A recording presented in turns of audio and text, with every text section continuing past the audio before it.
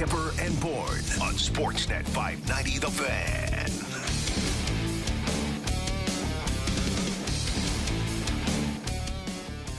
Oh, I am.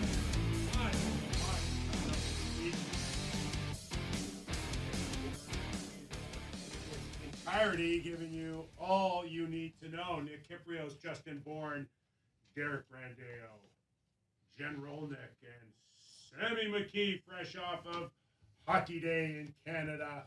Owen Sound style. Yeah, which left him violently ill, but he's back. Violently ill.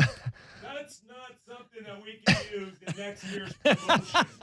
Sammy, we left you.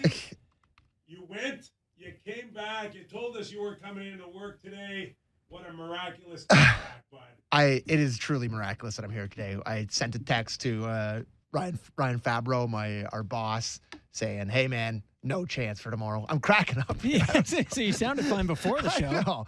And I just woke up this morning feeling better. I don't know. I think I got some food poisoning or something, but boys, fries. No, it wasn't them. I swear. I won't throw anyone under the bus. I saw a Fries picture and then a following text that said he was sick. Okay. No, and Wendell. Okay. Taken with Wendell. You became a cool guy, or were you just I honestly didn't even drink that much. So I wish I could be like, it's the booze, but I barely drank the whole weekend. I don't know. Food poisoning is no fun. No. Absolutely no fun. Did you go this weekend as like star of Real Kyper and Bourne Sammy, or did you go as just like super fan Sammy? Somewhere in the middle, I'd say. I think you went as the townie sideways, sort of. He went as the local townie. Did you wear your Sportsnet branded jacket? No. Mm. I actually wore I have a jacket that's my grandpa's. It's a hockey jacket from his team from 1958, 1959. Wow. And it fits me perfectly. So every time I'm up in Owen Sound, I wear it. It's my Owen Sound jacket, basically. So I wore that the whole weekend. Is your grandpa a gangly giant? Yes. Okay. Yeah. Basically, we're very similar people. Let's just say that. Whatever monster we created on this show when it comes to Sammy and Owen Sound, I really got the sense that it paled in comparison to what Mike Fuda Oh, my God. was Boys, in Fuda- Owen Sound this weekend. Yeah. Because all of my reports suggested this guy walked around Owen Sound like he had the Da Vinci Code in his back pocket. Boys, Fuda was a popular man. A very, very Yeah. popular man. It was incredible. He was in his element. Beautiful to see. So it was And great. he had his pop on the bench, too, did he Yep, not? he did. That's pretty Which cool. was a great thing to see. Family man, that Futes. So the last thing I'll say on Hockey Day in Canada is I had a conversation with the owner of the Owen Sound Attack, who I know quite well. No And big deal. it really isn't that big a deal. Bob Severs. And he told me a story about Bobby Ryan came into town. Obviously, as a big alum it's probably the best player in the history of the franchise for the Owen Sound Attack. And they couldn't get a hotel room for Bobby Ryan. There's not one hotel room in Owen Sound. Everything was booked Wow. up. It's a big weekend in the Sound.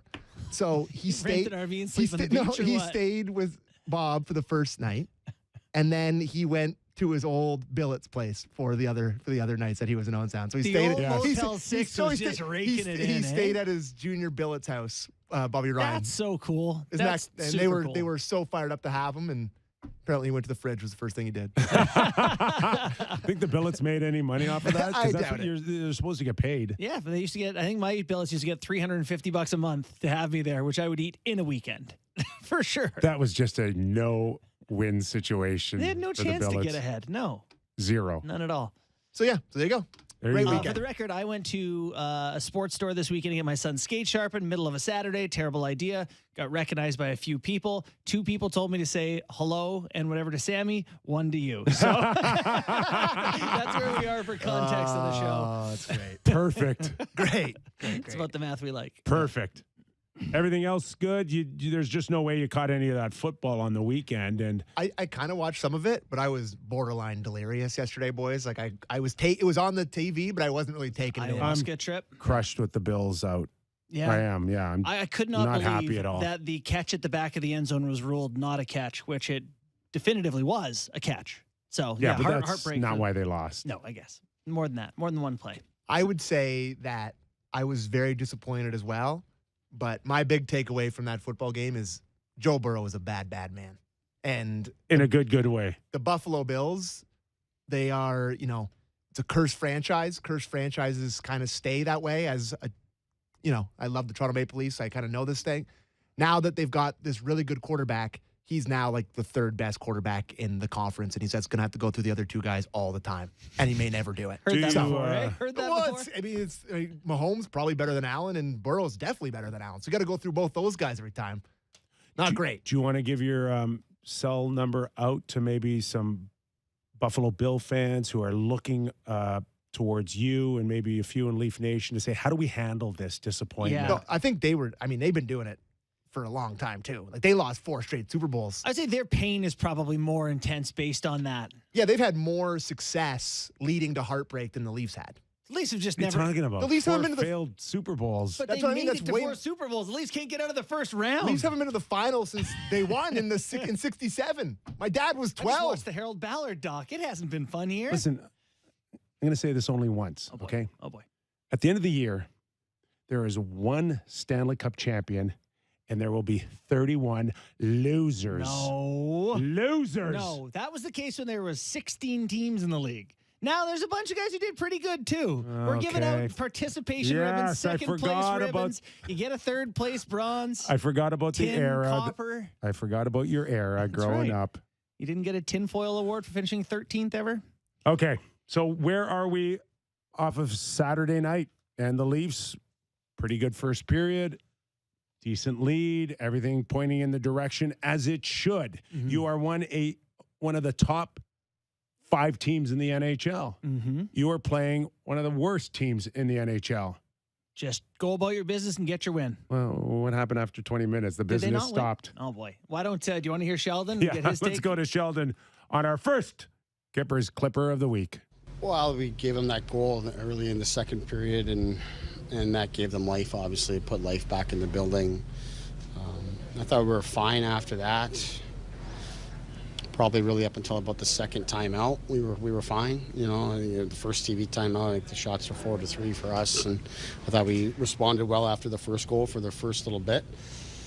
And then there's a couple sequences there, one around the 13-minute mark where they got 4 or 5 real good looks on a sequence that was entirely offside, but that gave a lot of life, I thought, to their team and to the game, and the emotion in the building and all that, and we struggled to connect passes after that and break out, so our whole game got disconnected. Are we still in that window where the Leafs just underachieve against lower teams? Was that drawn back in Saturday night? Yeah, tough to say. I feel like when they go out and play really, really well and aren't rewarded with like a big lead, then it's like, well, it'll come. Like it's tough to keep the pedal down against a team you know you're better than. And I think Keith was asked about that too, and not to plow through all our clips, but do you want to hear Keith? Yeah, let's go, because Without this taking is him for granted. This is not something new here. This has Right. been It's a reputation and now. maybe we get a sense of Sheldon. Have a listen and listen to his tone, because there is an insinuation that you're still underachieving against teams that you should beat. Have a listen. No, I mean, if that was the case, we wouldn't have had the type of first period that we did. And so I don't think that's the case at all. Like I said, our team's well aware of the fact they just beat two of the top teams in the NHL just in the last 7 days. So that's not it at all. Otherwise, we wouldn't have started the way we did.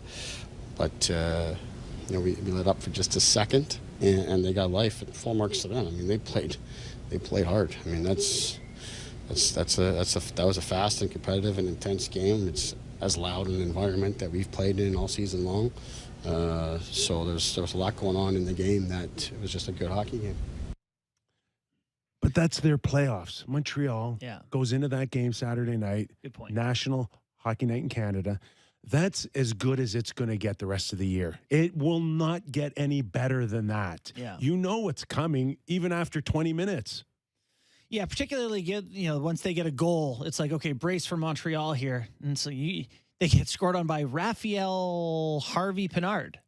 I know it's not a ton of guys on that team that can burn you at this point with Caulfield out, and they still found a way. Listen, they're playing, And of course, they're Josh playing, Anderson. They're playing an American Hockey League team.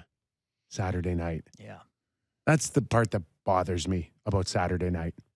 Yeah, is that it's a team trying to lose who just sat down their best scorer for the season willingly to make sure he's right for next year. Like they've stated that this year having success doesn't matter, but you're right. You were going to get effort from them. How do you find a way through that? And yeah, weren't up to the challenge. The push in the third period though, Kyper, when it was 2-2 and they said, all right, time to be the Leafs. Like they played in Montreal's end for 15 minutes of that third period. Yeah. So, it's there when they turn it on. Played well too. Montembeault was very good. His first goal that he gave up to Giordano was like, if he looks like an NHL goalie on that shot, they win the game in regulation. Yeah.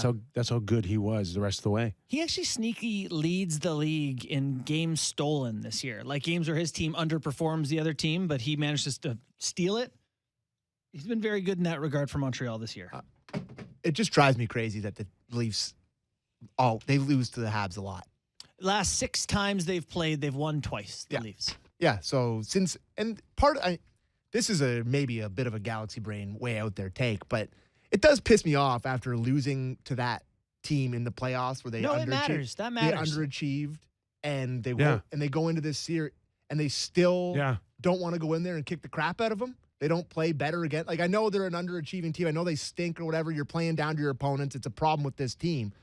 But with the Habs, it shouldn't be a problem. You should want to go out there and avenge that horrific loss that you had every single time. Why doesn't it bother you? I don't know.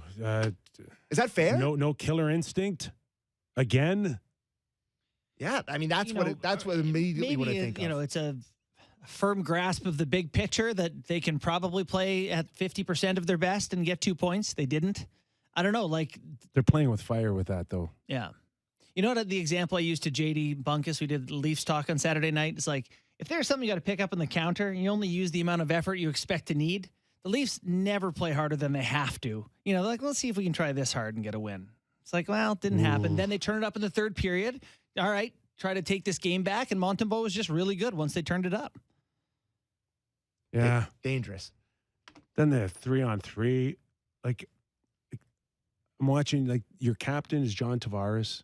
He's out there on an extended shift and he's the last guy back trying to defend. But Morgan Riley in overtime, he does not care what position he plays. No interest in being the defense man. Yeah. He is a player, one of the 3 players on the ice, and a good player, but he does not care. You said Tavares was back defending. On another rush, Willie was back defending. Tavares, if Mitch Marner, you're arguably your best overall player, comes off the ice, 45, 50 seconds, how are you out there still at a minute and a half and you can't skate like Mitch Marner? Here, let's watch it together.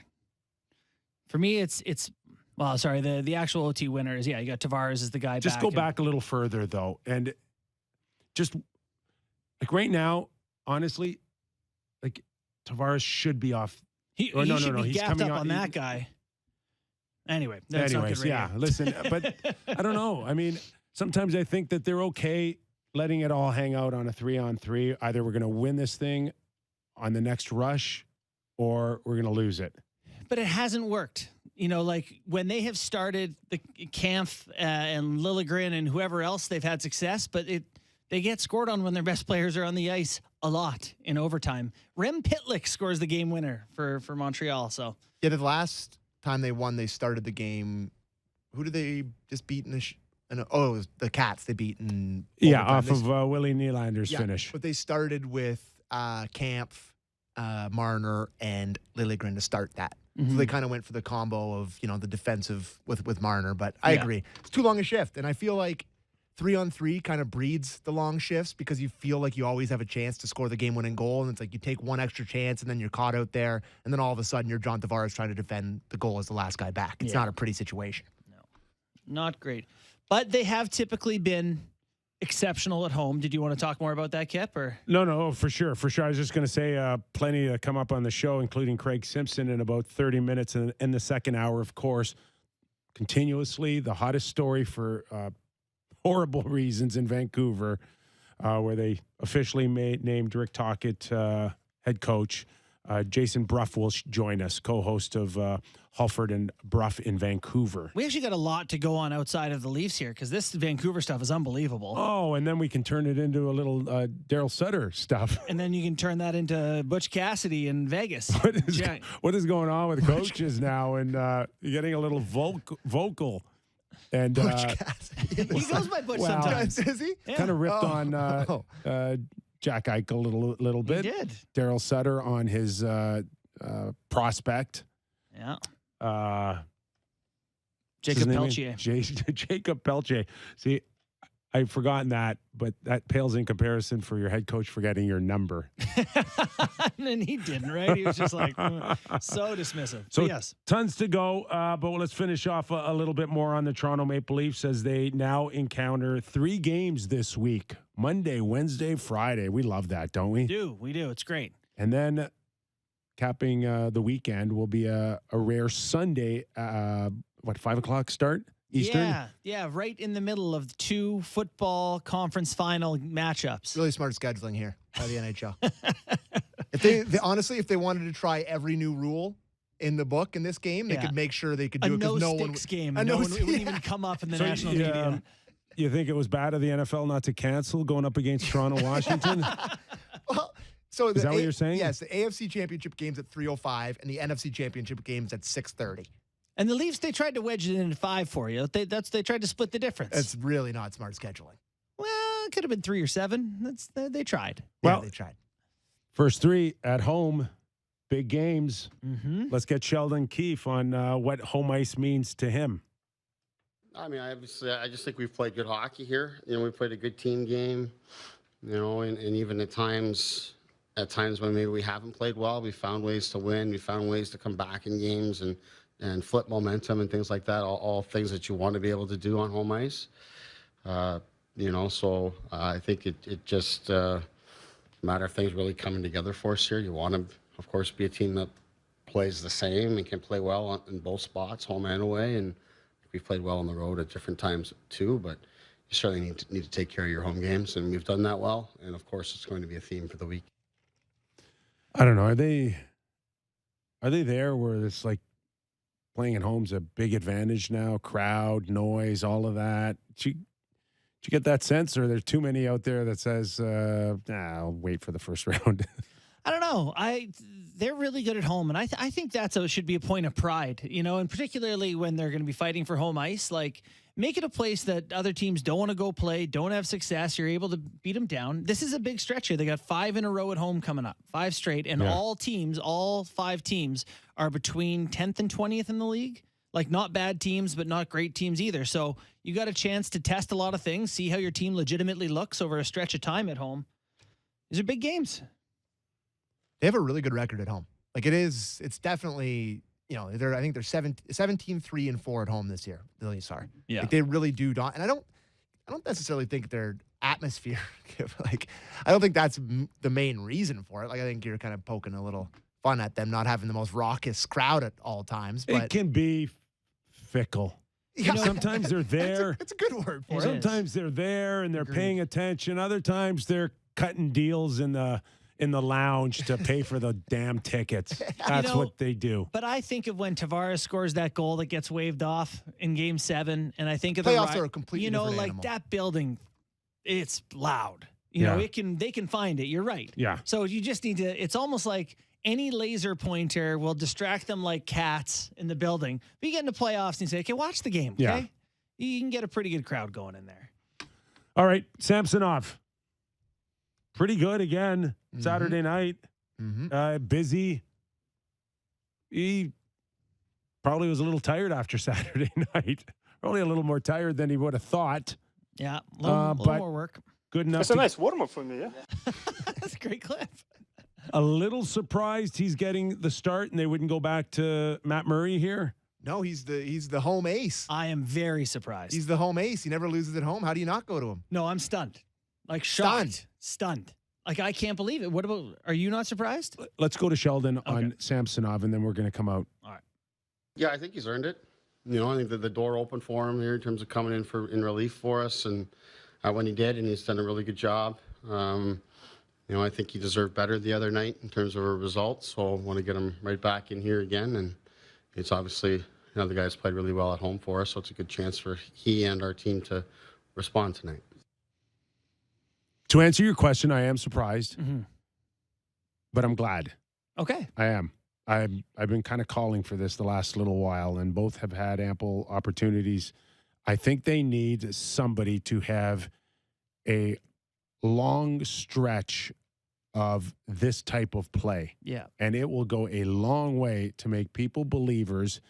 And make no mistake, whatever Samsonov does from here on in, whatever Matt Murray does from here on in, they're going into that first round underdogs in net. No doubt. The only question is, how big of a gap can you close to make people believe that you can be the second best goalie in this series and still win? Yeah. It's a great question. Here's why I'm shocked by it is they do have incentive for Matt Murray to be the guy. If all things were equal, you would like the guy who you're paying more, who you've got an extra year in his contract, you've gambled on. You would like him to end up as your guy. So I'm surprised, Matt Murray's last 4 games, he's won 3 of them. He's a 9-11 on the season save percentage. He's really only had 2. His last game and a half have not been great. But it's interesting to me to say, this is Samsonov's now 4th in a row, third in a row, plus the other half of the game that he played. I'm just surprised that they're saying that's enough for them to go to Samsonov over and over and again, rather than get Murray back in and reestablish. Yeah, I got to think that 4 games this week, like Samsonov, he's not playing all of them. 100%. Right? So it's just a matter of now, let's just say, for argument's sake, a solid 30-plus shots. Mm-hmm. He gives up a couple. They win 5-2. Do you go right back with him on Wednesday against the New York Rangers, or do you give him the break and maybe look towards the weekend? Actually, maybe it's the next clip, but Sheldon talks about how, over this stretch of games that you want to, in the second half of the season, for a guy to start to run with it. Like, you want one of the guys to sort of establish themselves. And so it could be to your point that, okay, we passed game 41. If you play well, you earn the chance to be our starting goalie. Against a team that, like the New York Rangers, not to get ahead of the Islanders tonight, but against the New York Rangers, if Samsonov does have a good showing tonight, I would go right back to him Wednesday. I mean, even if you have a number 1 starter, you don't play him 4 times in a 7-game stretch. So you're going to get Murray in at some point. Yeah. So I think it's pretty. And I think it would be set up better for Murray Friday against on a Friday against the former team in Ottawa. Let's go to Sheldon so we can pick up exactly what you're talking about on this stretch in the back half of the season. Well, I don't know about separating or anything like that, but obviously we're going back with him tonight, and I think he's earned it. I think we've talked about it previously. Is for me, we were, part of how we were moving the goalies was early in the season was A, managing them coming off of injuries, B, trying to get them both reps and get them in the net after missing significant time from injuries, not having them to sit too long coming out of being injured. And then also that both were playing really well at the same time, and then both sort of, slipped at the same time. So it was harder to have any sort of separation. But I think we're into the second half of the season here now, and I think it's important to give guys the opportunities when they've earned it. And Matt will be ready when he gets back in, and he'll get his chance to go back with it. But we've got 2 guys that are going to compete for the net, and we like that. So JB, he had clearly a few bucks to check in the first half. They've been checked. Now it's best man wins. Love that. I do like the idea that someone can win this thing now, that it's okay. We've given you both a chance. Neither of you has been the guy. So, wow. What's your interpretation of winning this thing? The chance to be the starter in playoffs. Is that not the win? Yeah, well, end of January, early February, you could win. Yeah. And then I don't know what it looks like by then. And I could win the first 6 holes in match play and lose the next 12. That's an option. What happens with a couple of bad starts in April on each of them? Do you revert to what you've learned from January to March, or are you really basing it on the current temperature that day? Listen, there's no way to talk this thing comfortable. It's all uncomfortable. They're going into the playoffs with an uncomfortable goaltender situation. Matt Murray's a 9-11, and what's 9-19. 9-19? Like, they've been tremendous. Yeah. Samsonov's got really And, nice numbers. We've said it. If you can sit between 9-10 and 9-15, what's better out there? It's not like there's going to be something out there that's better. That's what's making it hard to get someone else. You're married to it, Yeah. and it should be good enough. If the Stars perform, and they give you a chance to win, that should be enough. If the Leafs goalie gives them a 9, 12. well, then they've got a good chance to win. But a 9.05, they can't even complain. If you can't outperform a 9.05 right now, can you complain that it was the goalie's fault? I don't know if the other guy doing 9:30. Probably. I'll say right now that with today in clips that will definitely not come back to haunt me. But if either of the Leafs goaltenders or both of them put up a 9.20 in the playoffs, the Leafs will make it out of the first round. Yeah, for sure. For sure. I don't even know if necessarily that's that hot of a take, but I could definitely see. that. They'll figure it out. Like, I mean, Vasilevsky. You know what happens when your goalie's good? Your team wins. Like, oh, Hellebuck's good. Look at Winnipeg's run. Like, oh, Shesterkin's not as good. The Rangers aren't as good. The most heartbreaking thing about last year's playoffs is that Vasilevsky wasn't very good. What was he in? He was under 9. In Toronto? Yeah, in that playoff series, he was under 9. Gulp. Yeah, right? So it's like, how many times is that going to happen in a row? Not That's many. the scary thing. Bob? Anyways. The other theory I have Love theories. Me too. is that that right now they see something that is wrong with Matt Murray. As in physically injury or? Technically. Technically. Okay. And he needs time now to work on it. $6 million man, they're rebuilding his catching hand? Bzz. You don't think that there might be something technically that they have not liked in the last 2 weeks, 3 weeks with this guy? Yeah. Because everybody talks about it. For sure. No, High glove. 5 holes. Let's get Mike McKenna back here for. Yeah. It's all, Right? for me, the way he holds his glove. So is it fair to put him back in there when you're trying to maybe work on something technically? Good point. You know, like when I'm just golf analogies today, but you do go work it out on the range for hours before you're supposed to take any swing changes to the range. I'm sure it's similar in any sport. You know, it's got to be in the gym before it's on the field of play. So that's a good point. I could see that happening. Yep. And try to get him right, put him in a chance to succeed, position to succeed in the late part of the year. And let's just hope Samsonov can hold the fort. He's been very, very good so far, old Ilya. All right. Little TJ Brody update out of Sheldon. Hold on, quick question. Yeah. Do you think Kyle would want Ilya Samsonov to play really well so they could get a cheap starter? We've had this debate before, but A cheap starter by the end of the year? yeah, and then they can move on from Murray and make Samsonov the guy. Is there any chance they see Samsonov as the guy? Yes. The answer is all Kyle cares about is somebody getting the job done. Yeah. But as far as now, Like, would they Samsonov prefer it to Murray in the end? running with it, like who is a better upgrade Yeah, no than one. Matt Murray right now? Where would you go? Yeah, Cam we've Talbot will talked, be available, Varlamov or whoever. Yeah, and you don't want to switch that. no. So Okay. yeah, I don't see it. I think they're married to this. They were committed to it in October, and they'll be committed to it in April. Sam Montembeau. Mm. By the way, I recently decided I want the Think Leafs to you're- get Timo Meier. I think you're just throwing it up on the wall. Oh, I am. You're right with Montembeau more than Meier. Meier, I think, is a legit difference maker. See, Meyer's in the Bo Horvat family, is he not? He, I think he's better. I think he's more valuable probably than Horvat. he is. He's got that big qualifying offer, but I'm wondering if it's like Kotkaniemi, where you can say we'll give you a longer term deal if you sign for less. He was chucking him yesterday with Fist fight with in Connor the National Clifton. League. Yeah, he was going yesterday, and he held his own. I was surprised. He's bigger than I thought he was. He is. He's 6'1", And how do 200 you or something. envision the Leafs getting him? With big assets. In terms of assets, I can see it, but I just can't see it fitting in the future. So I don't know, Nick. But I want him to be a Leaf. That's all. Yeah. To me, Yeah, he's such a perfect fit for the Leafs right now in terms that it's kind of one of those things that you're going all in on this run. I think he and then leads you the NHL in shots. and then Or you- last I checked, he was top 3 anyway. kind of figure it out after kind of thing. at this point? Is that a crazy thought, Kyper? You looking at me like a... It's not a crazy thought, but I don't think it's a realistic thought right now. Yeah, he's first in the NHL in shots, tied with Pasternak, 219. Like you're talking about, well, first of all, you ever even dream of being in the conversation? We know that you have to give up Matthew Nyes. Mhm. You know that. Yes.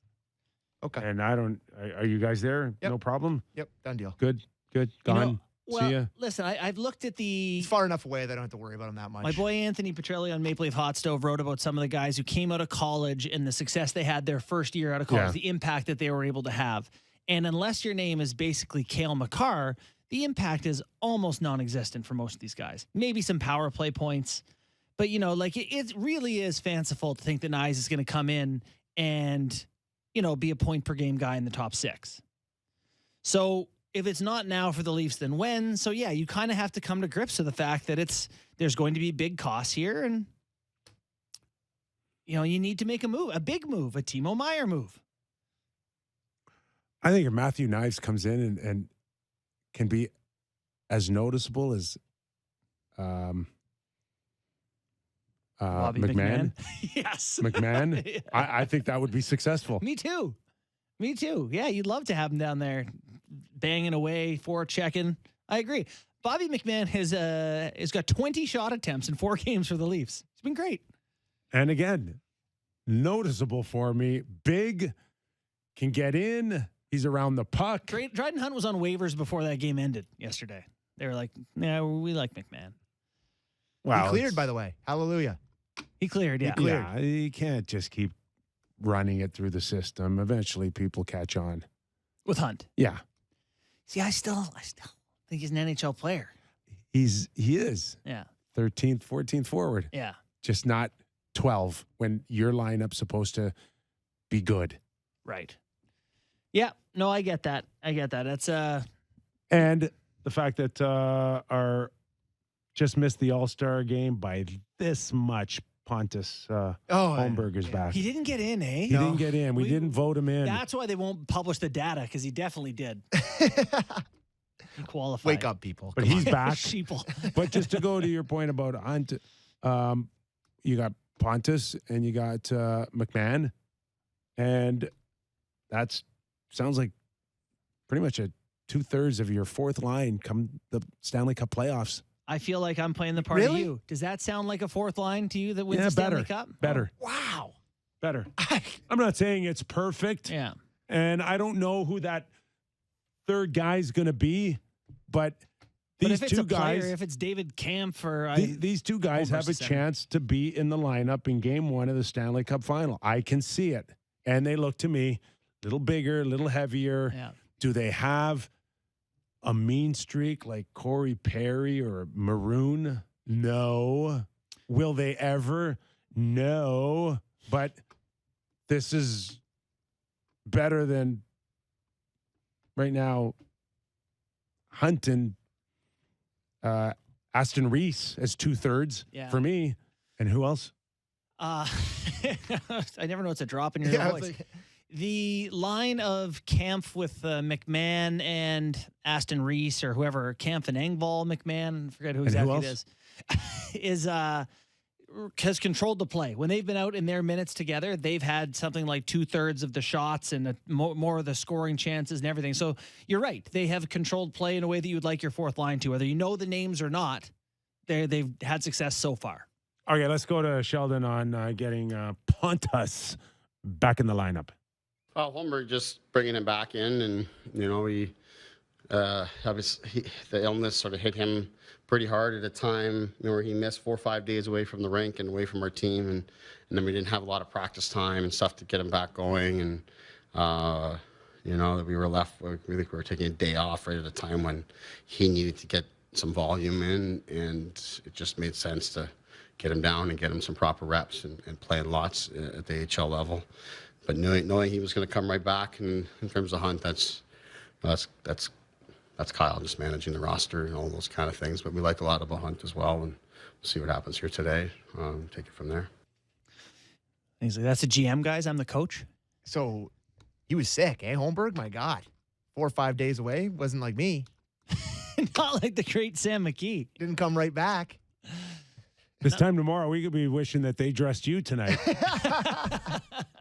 I don't think you want that. Not a lot of pace to my game, boys. Fellas, I got out in a rink I'm thrilled.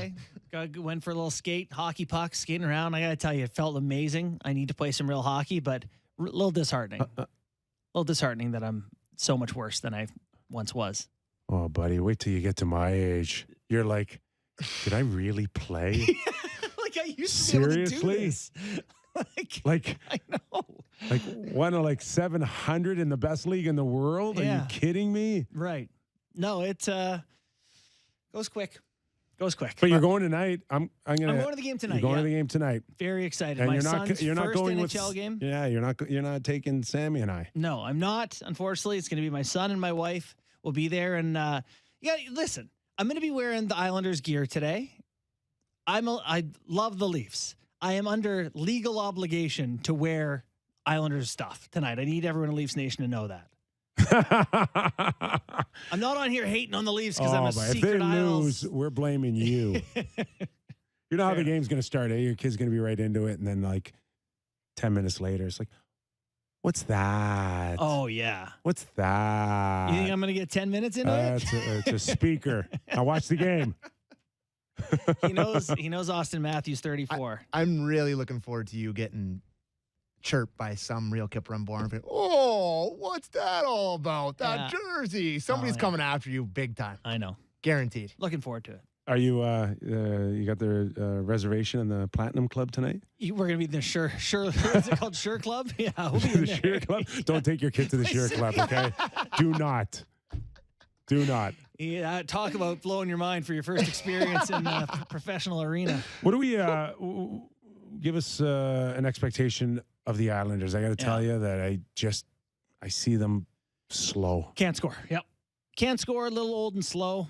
Frustrating. Like a lot to like on the back end. You got Dobson and Pulock and Pellich and Mayfield. Sorokin's great. But up front, it's like Barzal and then a bunch of veteran guys, Nelson and Lee and Peugeot and Parisi. And they just, they're not able to break games open. They play at a bit of a plodding pace. Tough game for the Leafs. Very playoff style team, the Islanders. So getting to the front of the net shouldn't be too easy. Barzal not even going to the All-Star game. That's your star. Yeah. That's your face But you don't of your think franchise. so. The NHL picked the guys, right? I don't know. I know, but we don't believe that the NHL said, "Hey, Islanders." We can assume They that called someone and said, "Who do you want to go?" we can assume that I would imagine that they would have liked to have Barzal there. See, I think they probably called Lou and said, "What do you think? Which one of your guys here? Nelson, Lee, Peugeot? Who's it going to be? Barzal?" And they said, I bet Lou said, "You're not taking that Barzal kid, not the way he's been playing this year. You're not rewarding that. You give him $8 million, he's got 12 goals." Probably been a precedent set on that a few times. Yeah. I'm thinking they don't like Barzal's first half, or Lou doesn't. So they send the guy who works hard, and he's Saw some So he goes to the Bahamas for 5 days. He just must be crushed. ruined. last week. I saw that there was some Fire Lou chants at the old UBS arena. We're there? Yeah. Missing the playoffs, an option. Very real possibility. An option. Like, is that a card that Lou can play still these days? I think Lou is in a position where maybe he needs to push. Like, they do have that playoff style team that it wouldn't shock me if they upset someone in the playoffs. Like, they just got to get in type of team. But, you got to get in. You got to win a lot of hockey games to get in. They need to make a move to ensure they got a chance here. They're fading here. Like they're 3 points back at the last spot, and the Penguins have played 2 less games than them. Like, it's heading in the wrong direction. They need points desperately. Fancies are ugly too. Like, they're just 2-5-3 in their last 10. Maybe Florida back in it? maybe Lou would be so not kind to trade Mayfield to the Leafs. Now we're talking. You would need the the Islanders to go on a significant, what's the opposite of a heater? Freezer? Would you trade Sandin for Mayfield? Yes. Yeah, Yeah. I would. Shoots would. right though, doesn't Mayfield? Yeah. Yeah. I would. Maybe not. I don't know. That's a tough one. 1 year, if you're gonna maybe get him back, but I think this is the last year of his contract. He's gonna just he's re-sign him. impactful. Mayfield to me, like, Huge. Can you That- check on that? Yeah, I think. Is he UFA? I think he is. So maybe I wouldn't No, do he it. might have another year. I think he has another year. I think he signed an extension. This is the last year of a 5-year contract that he signed in 2018. And what's his number right now? 1.45. Oh my God. No, you're paying for that. It's like the haggle thing, right? Yeah, but this is the last year of it. Right. What do you think he's going to get next year? More than that. 4? Probably 4.5? Yeah. 5? When we went to that game, Yeah, maybe probably 4.5. Because the last time when we No, went, the Leafs can't afford that. when right? we all went to the game, they played the Islanders last time we all went, hmm and I just remember looking at Mayfield and being, that guy is a monster. the Islanders are huge. He is a monster. Like Andersley, Brock Nelson, like they are big fellas. yeah, See, I just go back to 6'5", 225. I just go back to what Manson meant to Colorado last year. Yeah. As good as Colorado was, and as the feeling was this was going to be their year, they still went out and got a guy like that. Right. I also genuinely think there's animosity with Lou and Kyle. And is Lou going to send him Scott Mayfield? No chance. He will if he gets his firstborn. AKA Sandine, that was his first, Well, that was and his first maybe, draft pick. so. and maybe a second rounder. I don't know what he would hold him hostage for. Right. Right. But it would be if you want him, take him. But it's going to cost you here. I may deliver you a Stanley Cup. Love Mayfield. All right. Yeah, we're big fans. Okay, let's take a quick break. Craig Simpson, former NHLer, 2-time Stanley Cup champion, and he's up next on the Real Kyper and Bourne Show. From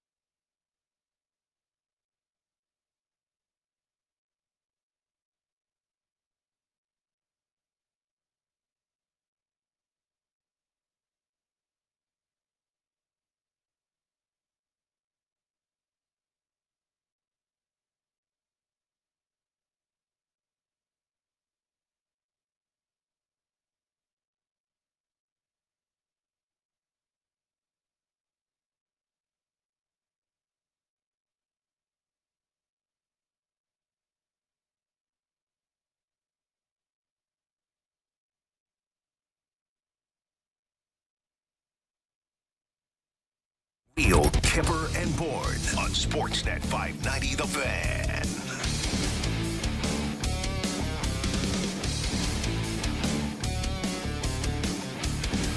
As we get set for tonight's clash between the New York Islanders and the Toronto Maple Leafs, let's welcome in Craig Simpson, fresh off.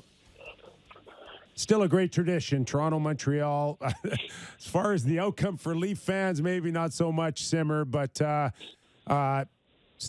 wasn't hard to sense that maybe this is the best that it gets all season long for some of those young Montreal Canadian players. Yeah, you know how it goes. You get an opportunity and you try to do your best with it. I thought,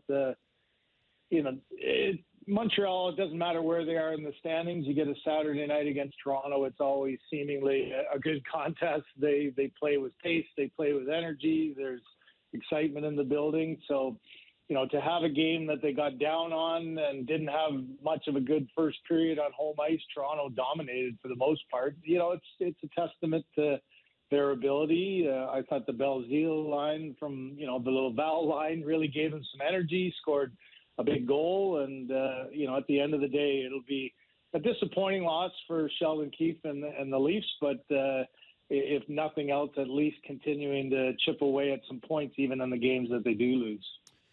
What are your thoughts on what's going on in the crease right now, Celia Sam? Can I just follow up one more? Please do. Right ahead. And I don't mean to cut you off. Just in terms ahead. of Toronto and Montreal, Simmer. And I know that you can just sit there and say, for a lot of us as well, that it's January and it's kind of maybe a lull here. But, when I look at like blown leads that the Leafs have had over Montreal, and correct me if I'm wrong, Sammy, but 8 of the Canadiens' last 11 regular season wins over the Leafs have coming from behind. Like, when does it stop being just a mid-January kind of blimp in the schedule to, hey, Sheldon, what's going on here with blown leads against teams that we should be beating?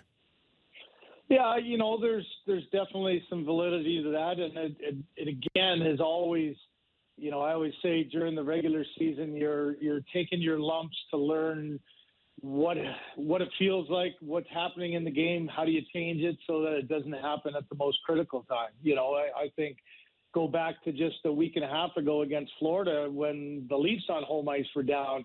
I think I said before the comeback, this is a game where Samsonov comes in and shuts the door and the tide turns, and you look back on that and say, remember that game in a series, if that's a playoff series, might win you the series when you're down and it feels like the other team's got it in the bag and you come back and win.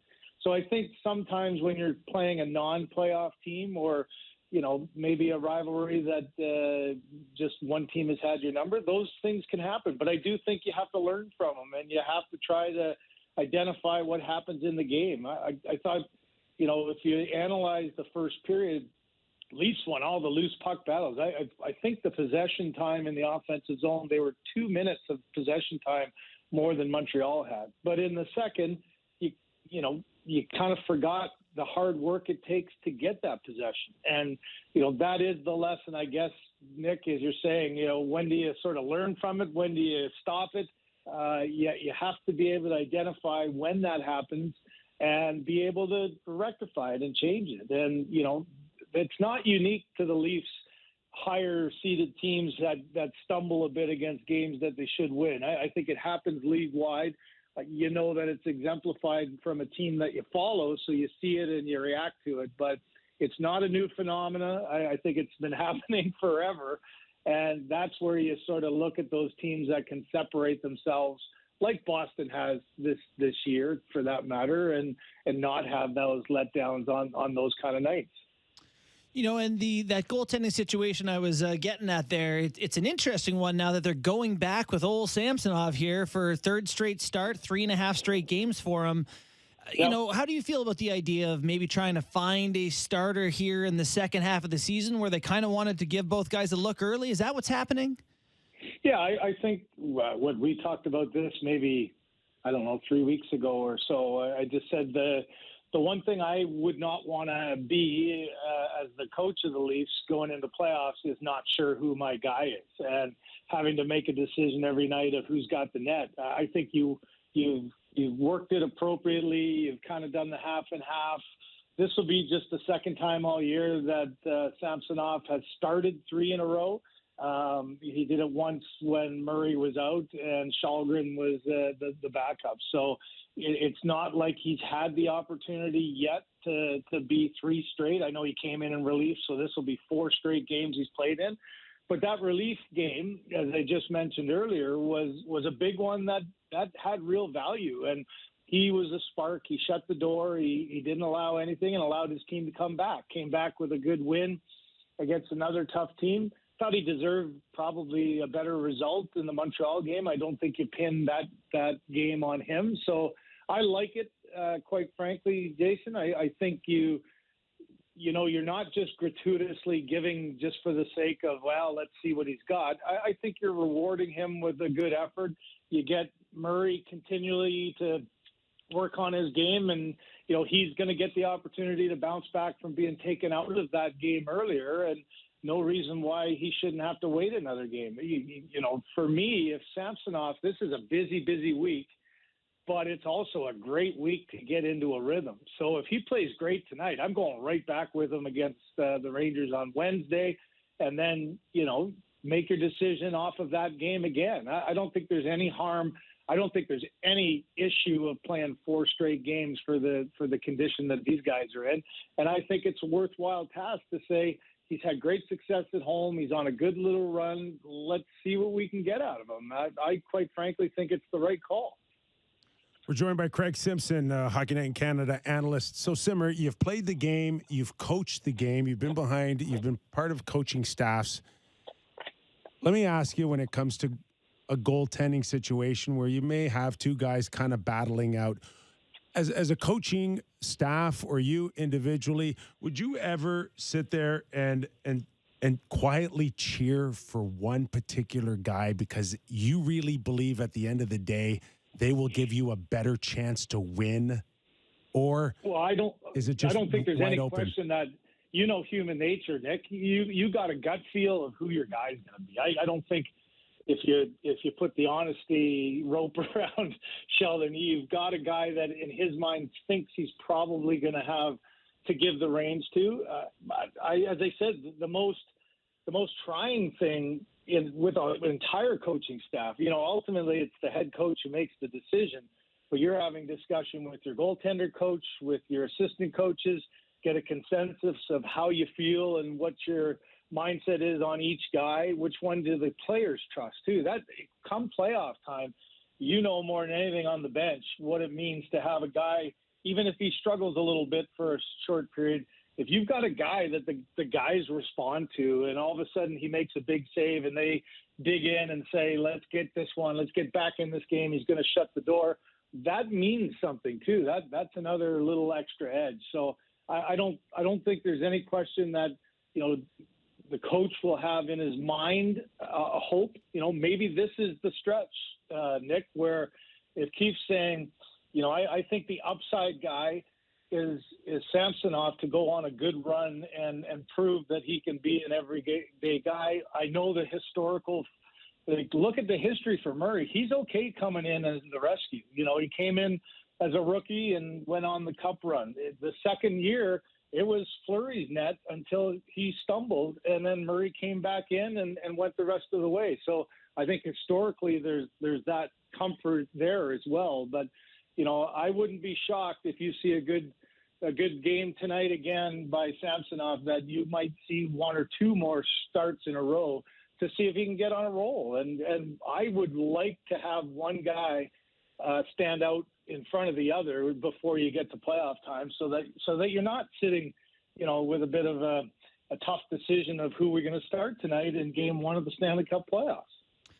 Simmer, the Leafs' 4th line, like 3rd and 4th line, has really been interesting over the past couple of years because they've done something other teams hadn't, in that they've kind of gone with veteran names that that are out of their prime. We've had Simmons, Spezza, Clifford, Thornton, Marlowe, all these different, name dudes. And right now, Bobby McMahon and Pontus Holmberg, who are absolutely not names, look like they may be a part of the bottom 6. Do you believe that inexperienced young guys like that can have the impact they're looking for over the way that they've gone in the past? I do. I think you look again historically, go back to those Penguins of 16 and 17. When Sullivan took over, he had guys that he trusted in the American Hockey League and put them in roles at the end of the season and then through the playoffs to just bring energy, play hard, check, have enthusiasm. And I think that's really important. And the common denominator is, let's face it, the guys in those lower bottom six roles have to have speed. I mean, they have to have a physical element, but they have to be able to bring the pace of the game up and keep the pressure on. And I said, I can't even remember how many years ago was it when they signed Thornton and Simmons, 3 years ago now? My view on that was great from an experience standpoint, that the team needed it a bit. But my first thought was, come playoff time, if I'm Sheldon Keefe, I know I can't play them. I'm going to lose the matchup, and it's going to kill a rhythm of our team. And I think that really did play out in those scenarios. So, McMahon has the opportunity now for a bit, and he's proven that do the simple things. Nick, in that role, you just got to be on a positive note. Whether you score a goal or not isn't always it, but so many times now the third and fourth line has spent 35 seconds in the offensive zone, and then the Matthews line has changed on the fly. Those are the kind of things that you just need, and keep pushing the pace of the game so you don't have a black hole between the top two lines and the bottom. And, the opportunity's there for them. And I think you got to have a little bit of trust. And the trust comes from, even though Holmberg doesn't have a whole lot of experience at the NHL level, he's an experienced guy that the guys trust. And I think the key is having Kerfoot in that bottom six as well, that instead of, wasting a top six spot, he's another guy that can give you some offense, but also gives you a great, all-around game in that bottom six. And just identifying your role and just embracing it, and just feeling like this is what I do to help us win a Stanley Cup, and be locked in. Don't be that guy that just is temporary. He thinks he's temporarily on the fourth line, just waiting for the bump up, because he's looking like, why am I'm going to get my chance if I can score here. Yeah. No, play the role and play it hard. And I think you're starting, look over the last, they Sheldon Keefe years here. There's no question that he has more trust in his third and fourth line this year than he has at any other. And because of that, Nick, because you do have more of a defined role and guys who seem comfortable playing it, excited for the opportunity and bringing energy, because they do really say, hey, this is a chance for me to stick on this team and have an opportunity to play. Adam Graves, Joe Murphy. Yep. Right? Yeah, absolutely. You got it. And it's the push. It's keeping the pressure on. And I've said it more in games this year than I have in the last 3 years for sure, that they might not have scored, and they've actually scored a little bit more maybe than in the past. But I can remember doing games where you're going, that goal from the Tavares line came from the third and fourth line having two good shifts in a row that was followed up with two more, and it's in the back of the net. That's what good teams are, and that's what good teams bring. And that has been missing, especially come playoff time. Tampa and Boston gets that from their third and fourth, and that's been a difference maker in those tight games that the Leafs haven't yet been able to get over come playoff time. Martin Jelena was the third on that line. He scored the game winner in 3 straight game sevens. Man, oh man, was that a fourth line for you guys? Yeah.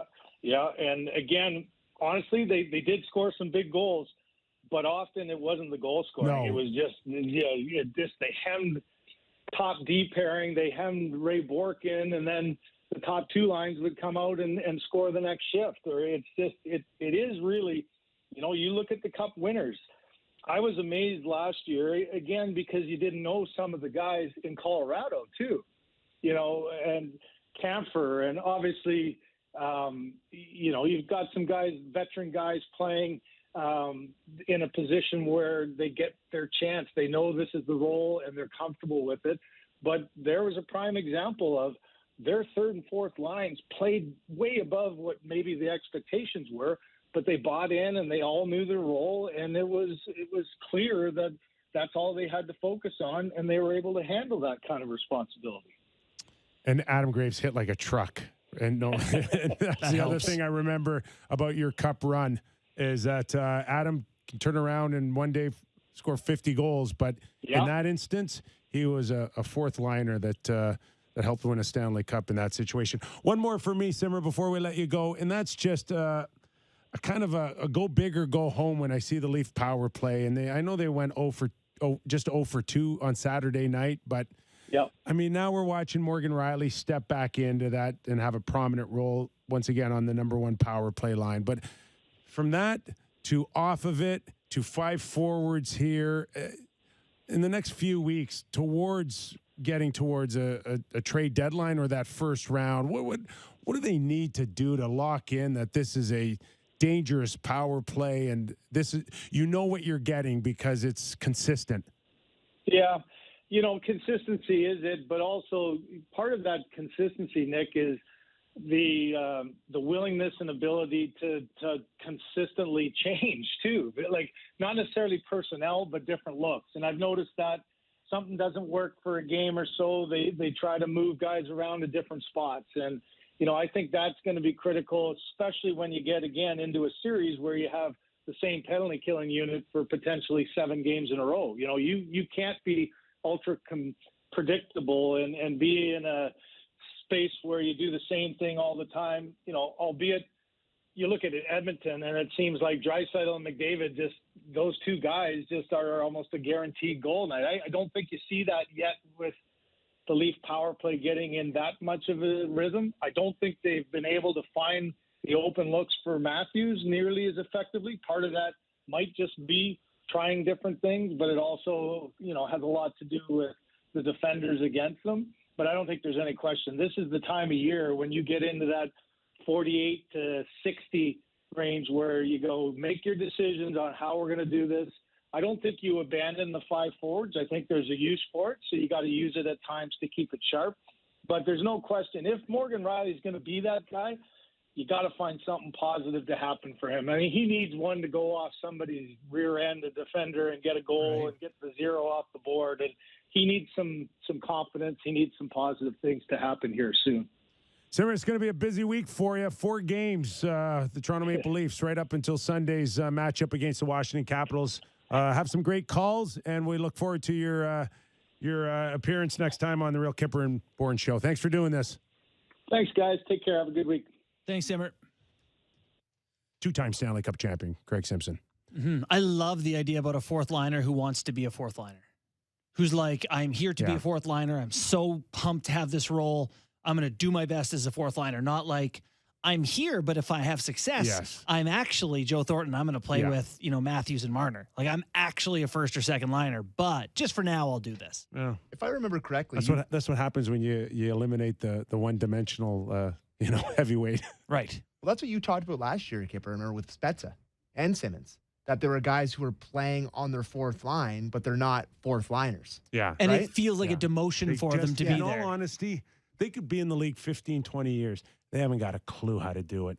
And that's not being disrespectful to Jason Spezza. It's actually a compliment. He is. Because he played on a top line his whole life. I'm so good. Yeah. He's just put in a spot where it's like looking around the room going, seriously? No one else can do this. I got to do it. Okay, I'll do my best. Dump it in. And he did. For the most part, he did it. Jason Spezza was an unbelievable Leaf trooper, did everything asked of him, but it's not a natural thrill for him to go out there and get punched in the face and block a shot for the team. You know, if you're 26 years old and you're Bobby McMahon, you're like, shoot it at my neck. I'm just happy to be here. Absolutely. Just to follow up on the power play as well, you sent some interesting stats on Morgan Riley. He just does not shoot the puck. Morgan Riley, in 100 minutes of power play time this year, has, Sammy, did you see the number? No, let me have it. 6 shots in 100 minutes of power play time. Oh. He has attempted 18 shots, which is 1 every 5 minutes of power play time. It's not good. That's an Less than. amazing stat. For a 6 guy shots that's on net. at the top. Scored 21 year. How did that happen? Maybe that's a better question. 0 goals, 6 power play shots in 100 minutes of power play time. With, I understand that you're out there with amazing players, so you're A lot of deferring. but you got to throw the odd fastball so they don't see the changeup coming. Yeah, he's just pumping 95 mile an hour They straight down. continue to play the flanks, right, between Matthews and Marner, and it's clear that it's overwhelmingly on Matthews' side. You know, even if it's 50-50 or whatever, it's too much. It's too much. He's got to shoot sometimes. He must look it off. With the threat of Matthews and Marner on both sides, there has to be some good, decent looks that you look off. Yeah. That you don't take. Definitely. And you can't tell me that everything's blocked for Morgan Riley on the power play. No. Not with Matthews and Marner on the sides. well, and if it is blocked, you need to open it up. You know, He has no confidence to put the puck Mike on Green- net, other than a wrist shot, maybe. Yeah. Mike Green with Alex Ovechkin is one of my favorite. The way he played, I didn't love his overall game, but I loved the way he played the point with Ovechkin because he'd show shoulders that way and shoot this way. He'd show arms this way, turn, like fakes, deception. He would create lanes, and eventually, oh yeah, Ovechkin, when he had, when it was there. But that's Morgan's job. Is we all know that Matthews is a shooter and Marner can facilitate, but it needs to be. You're think of yourself as a magician on stage doing misdirection. You got to do a bunch of stuff before you throw the ball to the, or you give it to Matthews. He just, I don't know. Like, you just wish that he would. I love power plays that have a bomb at the top. I don't know. It's because maybe growing up with McCabe. Like, I've got used to that sort of thing. I love that sort of thing. And I know the analytics don't love that, do they? No. The point shot? No. But the threat of it still needs to be there for me. And I think that's why the power play doesn't struggle at all times, but there are times where it sputters and there's time. Like, shouldn't it be higher in the league than it is? But Or are they also- top 10? Also, Listen, you're the only team in the league with $40 million, over $40 million in 4 forwards. You're damn right it should be at the top of the league. And Best al- power play. And it is 10th in the league.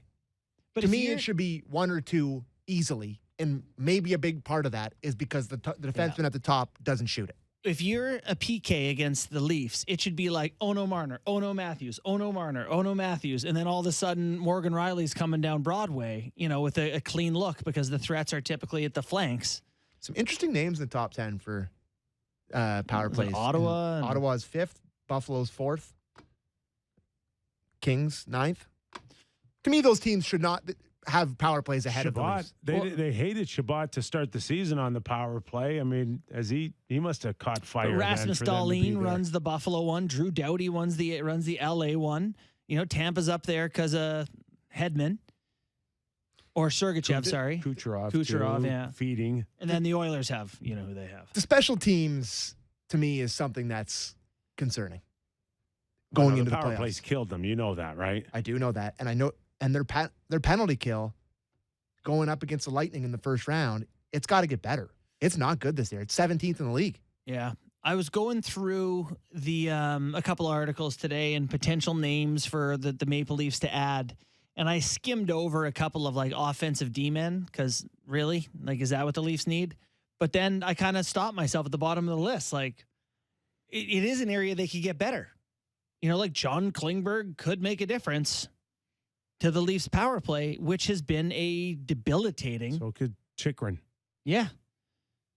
Like, So I could don't Karlsson. want that. I want a physical D-man who can play in the top 4, which is Scott Mayfield or something.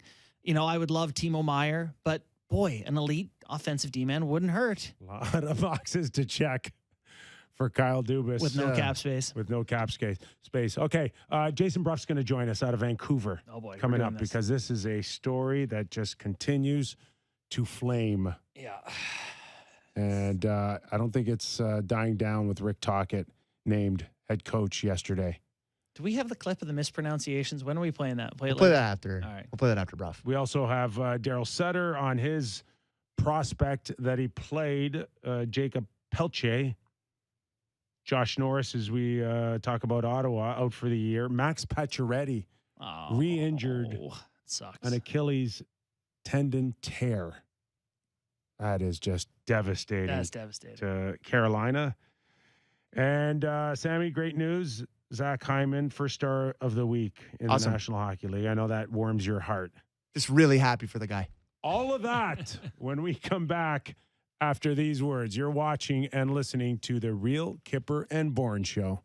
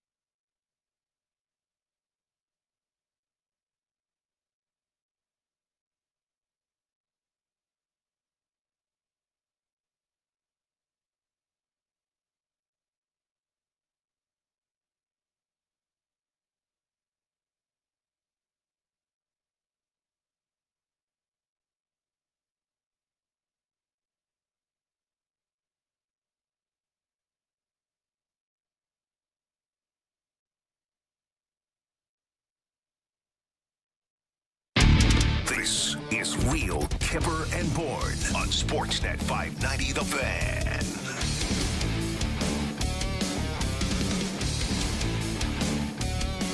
All right, let's get right to it. Yes, sir. The Vancouver Canucks. The Canucks. Can you imagine if this stuff was happening in Toronto? I don't know if this is much better, Vancouver, but yeah. Yeah, you're probably right. It'd just be the same. But It'd be relocating the same fire and making it slightly larger. All right, let's welcome in Jason Brough, co-host of Halford and Brough in Vancouver. So they are 100% on top of this. Like, I think Brough actually broke the news about Talkett's hiring date. Is that right, Brough? Hey, boys. How's it going? Yeah, I did kind of. I was actually, it was funny. I was looking back at my texts, and the first inkling I got that this management group wasn't exactly thrilled with Bruce Boudreau and the way he coached.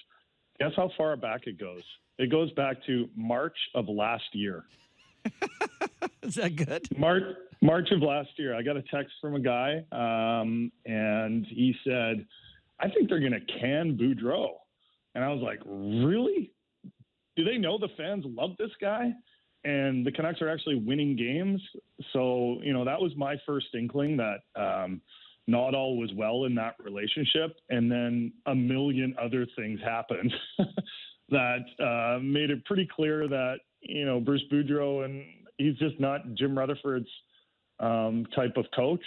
And in hindsight, they should have just dealt with it. But there are two reasons, I think, good reasons, and I'm not sure, it might be a bit of both, why Boudreau was still the coach this season. Number one, there is reason to believe that perhaps ownership didn't want to pay three coaches because then they would have been paying Travis Green. Bruce Boudreau had a bit of a buyout for his contract, and then they would have had to, of course, pay their new coach. And the other reason is that it would have been really tough to fire Bruce Boudreau because he did have success down the stretch in Vancouver, and Canucks fans loved him. And what if they did fire him and they bring in a new guy and the Canucks show who they really are, and then they're like, wait a minute, why did you fire Boudreau? So in a way, like the Boudreau, Bruce there it is story last season made it very difficult on management. That also being said, management did not handle this well. God, I don't even know where to start with you, but I'm going to try. Does that make sense, boys? Yes. Like, does that make sense, that whole story? Yeah, it makes sense, right? It plays out perfectly. But what we're not supposed to see is how obvious it is. Right. That's the difference. Exactly. And so who do the Vancouver Canucks hold accountable for this kind of what should be a reality show? Is it Aquilini, the owner, or is it Jimmy Rutherford? And why never Alvin, who's the GM of the team? And okay. Him. Right. Here's that guy.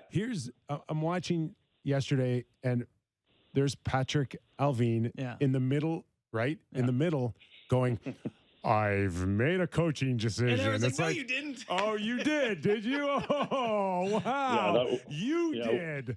Where were you the last 6 months? Yeah, that was funny. You said it was almost like he made it be like, you know what? I woke up this morning and I had to make a decision. Yes. I was like, well, it's lucky Rick Tocchet was already in town.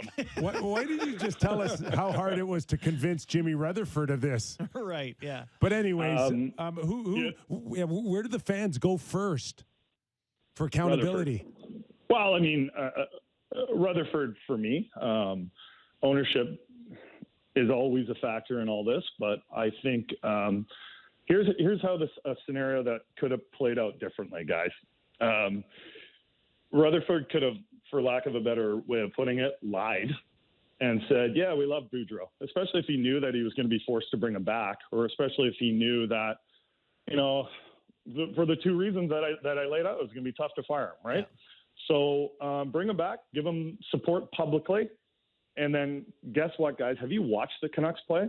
They look like one of the worst coach teams I've ever seen. Truly, it's a disaster.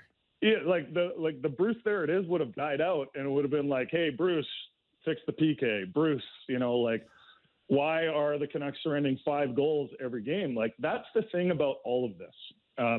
you can believe two things. Like, and this is what I believe. Number one, the management handled this badly and was unfair to Bruce Boudreau. Number two, Bruce Boudreau deserved to be fired. Yeah. Right? You can believe both those things, right? Yes. No, it absolutely makes sense. Yeah. So then where does the owner fall in this? Because if Rutherford wants to fire him, it feels like the story everyone says is like, oh, but Aquilini didn't want to pay 3 guys or whatever. So, is it ownership meddling? Is the fan base spinning any resentment there?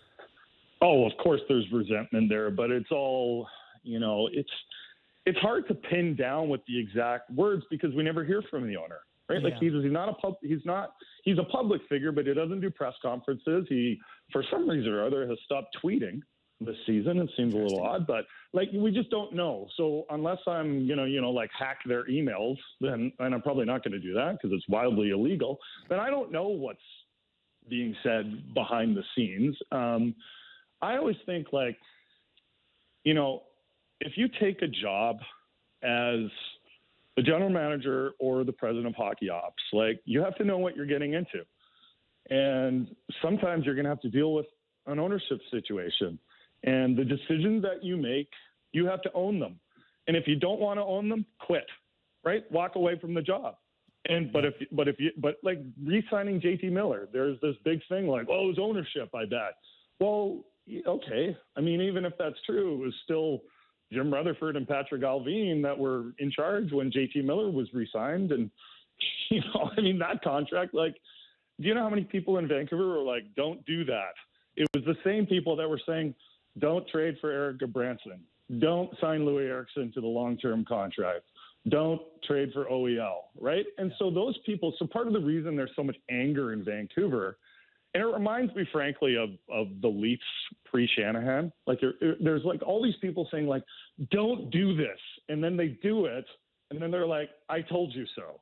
So maybe you should start listening to other people and stop doing dumb stuff because so many of the Canucks issues, and this is really frustrating, they are self-inflicted, right? They're all self-inflicted. If they would have just done nothing, they'd be in a better position. If they'd have put a rock in charge of this team, they would be in better position because they've made so many self-inflicted mistakes. Yeah. We're talking to Jason Bruff, who does a great job covering the Vancouver Canucks out west. Jason, did you buy into the thought that Rick Tocchet was going to come in and straighten JT Miller out, and he's exactly what JT Miller needs, and blah, blah, blah?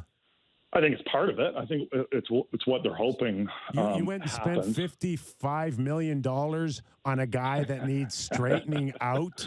Are you kidding me? Yeah. I mean, I think that's part of it, but I don't think that's the lead thing. I think the lead thing is can Rick Tocchet teach this team how to defend?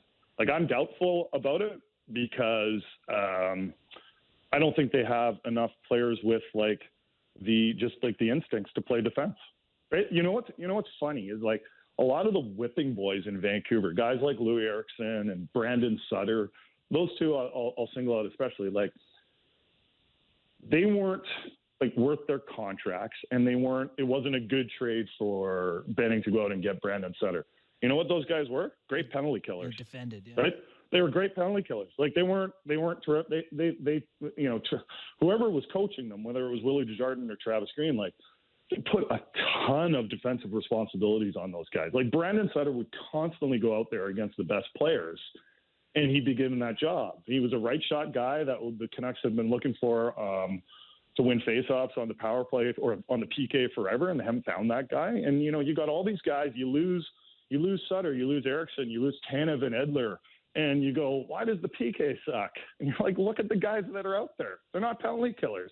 Yeah. And they got a PK that's rolling at 66% or whatever. It's pathetic. Yeah, 66%. I mean, imagine every time the ref's arm goes up, there's a 35% chance the other team's about to score in the next 2 minutes. It is a terrible equation. So I guess my question with some of these decision-making is, you mentioned Rutherford is your guy that's kind of taking a lot of the heat for this. Mm-hmm. A lot of it feels like he hired so many people this offseason or in the last little bit here, and none of them had experience, right? Alvin, Castengay, is it Granato? Even the Rachel Dory situation, like all these people who hadn't had extensive runs in hockey before. To me, doesn't that quintuple the pressure on Rutherford? Because you're saying, I don't need anyone who's done this before. I've got it. I will be the guiding light. And to me, the hires amplify the pressure on him because he has said, I will teach them. I'll be the veteran guy to lead the way. Instead of, basically saying, I need some help here. You know what Jim Rutherford didn't have experience in? What's working in a Canadian market.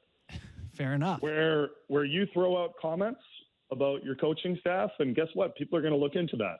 Mm-hmm. He was in Carolina for a long time, and I'd love to go to a game in Carolina. It looks like fun, but it's not exactly a madhouse for hockey. You went to Pittsburgh where you had a lot of success, right? There's some good reporters and some dogged reporters there, but you won 2 Stanley Cups, right? Like and also like the team he took over there seems to be this narrative that he turned this team from like nothing into like a Stanley Cup winner. Like, yeah, he made some good moves there. He made some trades. He found a whole line with Kessel and Bonino and Hagelin. Like, those were great trades. He brought in guys like Trevor Daley. He did good work there for sure. But he didn't turn that team from like the worst team in the NHL to a Stanley Cup champ. They were just underperformers in the playoffs. It got ugly for him at the end too. He was tired. He was burnt out. Mm-hmm. People weren't happy with him. He wasn't happy with their board. It got ugly at the end there for him.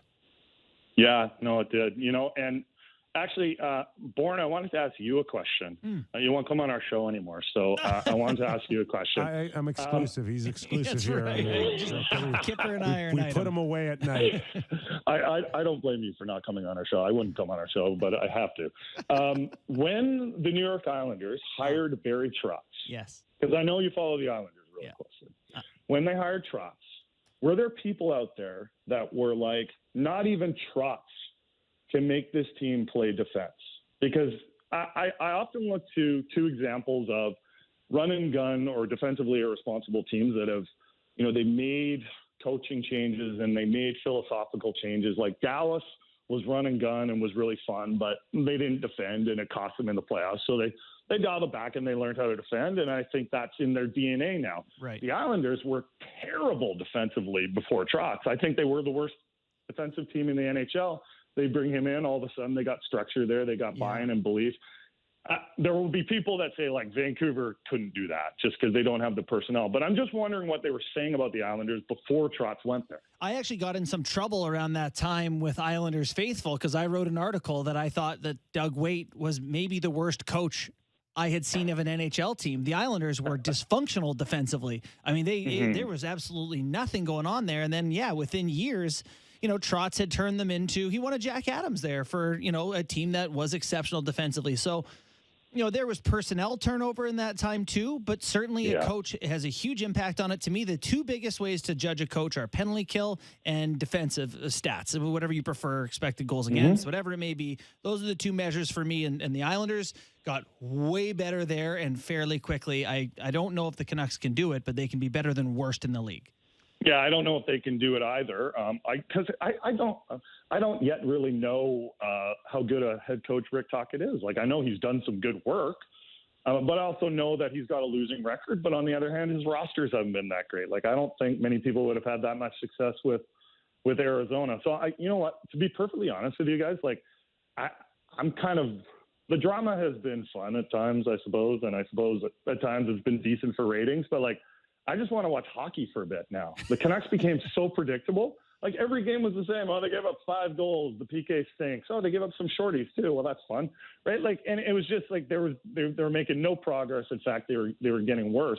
I want to see what Tocchet can do with this team. Whether it works out or not, I think it's going to be interesting to watch. There are times when I think Rick got Arizona to overachieve. Yeah. And I think he can push a few guys, but one more for me, Jason, before we let you go is where does this get better for Jimmy Rutherford? Like, I'm with you a little bit moving forward here. You got JT Miller, who's got an untradeable contract right now. You got Bo Horvat on his way out. You've got Brock Besser, who we think is on his way out. Garland may be looking at a buyout. Ekman Larsson's been a disaster. Myers, we think, is on his way out. Like, Please stop. Please stop. Please stop. Please stop. Please stop, Chipper. How does Jimmy get himself out of this mess here? Can Rick buy him time? Can he, or like, where's the end game for Jimmy Rutherford to turn the perception of Vancouver Canuck fans? Yeah, I mean, that they have a massive challenge ahead of themselves. I'm doubtful they can do it, but I've said a billion times about this team, gee, I hope I'm wrong about this. I rarely am, but, I hope I'm wrong. But they say, like, it's funny. They have this whole thing where they're like, I know Canucks fans want a quick turnaround. And the mark is like, no, we don't. We just want it done right. Right. And like, I think in some ways, like, I think they think a quick fix is like 3 months. Because Jim Rutherford seems to think that he can get this team turned around in a year or two. Those are his words. He had an exchange with Thomas Drance in not this press conference, but the press conference the week before, where he asked Drance, he was like, well, what do you think is a quick turnaround? And Drance said 3 years. And Rutherford was like, oh, yeah, we can do that. Like, well, I thought you were going to say like 3 weeks or something like that. And he's like, no, like, he's got to turn over this roster. He's got to trade, like you say, like there's so many bad contracts. He couldn't do it last offseason. I think it might loosen up a little this offseason, but I think it's still going to be tough to move out money. It's going to be expensive. They don't have prospects. They're capped out. They're not a very good team. Like, does that seem like a team that can be turned around in a year or two? I don't think so. Yeah, when you see them lifting the cup in 5 years or whatever it is, it's not many names left on that roster. Hughes, Pettersson, Demko. No. Well, and the other thing too is like there's this. I don't know. This may be a bit unfair to say this, but like people seem to believe that Hughes and Pettersson, like those are the only two elite players that they're going to be allowed forever, right? Like go find other guys. Don't you think it changed? Like Colorado had McKinnon and, Rantanen and Landeskog. And then they found Makar, and it was like a game changer. They need more elite talent, which is why I want them to get first-round draft picks, not waste their assets, their limited assets on reclamation projects. Go and fix it and fix it the right way. I hope I'm wrong, guys. I'm sure it'll be easy to get Pettersson on a long-term deal after all of this. Oh, my God. He'll be playing for Modo before he's playing for the Canucks in a few years. Oh, my God, guys. It's always fun. Can you guys go pick on the Flames or something for we're like done the next with you. little We're while? done with you. We got Daryl Sutter. Leave us alone. Leave us alone. Just leave us alone. But it's the Jack Studnicka years now here in Vancouver. So, all right. Daryl Sutter bought you some time there with his comments about his prospect. Don't worry. Yeah. Thanks, Bruff. We appreciate it, bud. Jason Bruff. Bye, guys. Thanks. Co-host of Halford and Bruff. Bleak. It ain't getting any better. Well, it's really hard. And Vancouver Canuck fans, they are, what's the word I'm looking for? Rude. Vicious. Yeah. Rude. Mean. Yeah. Vicious. Yeah, they'll come back when they're good again. Love what he said about. Not sure if it'll be before that. Love what he said about Boudreaux. About how it's like, yeah, you can be sad, but they stunk. And they lost every night with a horrible penalty kill and no structure. It's like, yeah, two things can be true. 100%. Deserves all the sympathy he's getting. Also deserves to not be running the it God, that was sad on Saturday night.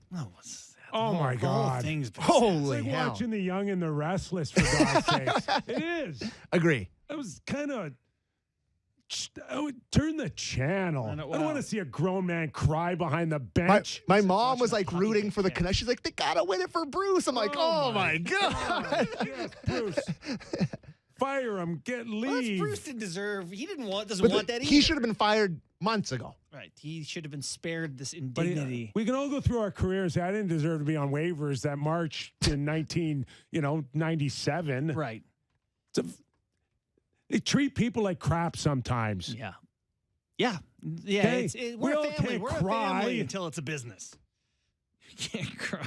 Well, Bruce, it's Bruce, the end of a there it is. 47-year career. Bruce, there and he make goes. no mistake. Well, it's the end of a 47-year career, unless he's an assistant coach somewhere. Suppose he's going to get another job. Maybe that's part of the reason why he's crying is because he knows it's done. That's it. But I'm wondering if, just do that behind closed doors. Don't do that. He's an emotional guy. He can't help himself. Bruce. I'm like everybody else. I love Bruce. But part of what there's makes no him crying Bruce in is hockey. I agree. I stole the baseball line. Yeah. But he'd be the perfect guy to be an assistant. Go communicate with the players, check in on guys, see how they're doing, report back to the head coach. Can never happen. Rick Bowness. He's Rick Can Bowness. never happen. For the same reason why they never hired Rick Tocchet here as an assistant. Can't have a guy that's bigger than the head coach or is drawn to media, fans. Can't have your most popular guy on the bench not dressed, your assistant coach. Who says you can't? No, you can't. Can't just. You can't. Can. He's a head.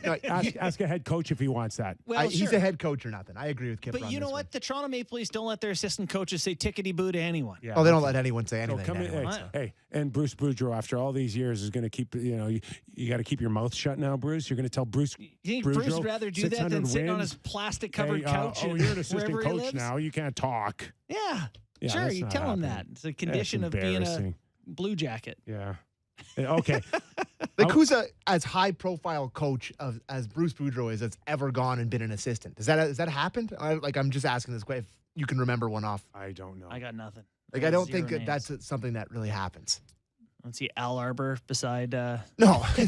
Doug Waite. Yeah. Okay, we weren't kidding when we said Daryl Sutter caused a few waves with his post-game comments on a prospect, their first-round draft choice. Yeah, Eric Francis wrote a rather scathing column, justifiably so, on how it lacked humanity, and it was this kid's big moment. Well, first-round pick, makes the NHL, gets in his first game. About humanity, that's a Buddy, little strong. Buds, it's all it's all tears now. What did he deprive him of water on the bench? He deprived him of a lifelong goal. Oh my God, that's a Achievement little moment. extreme. Humanity. Well, maybe Let's Let's listen to the clip. listen to do the it. Let me clip make and sure I tell got me his if this phrasing is right. lacking humanity.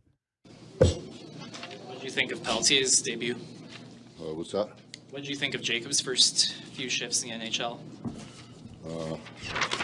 Jacob Pelche. What number is he? 49.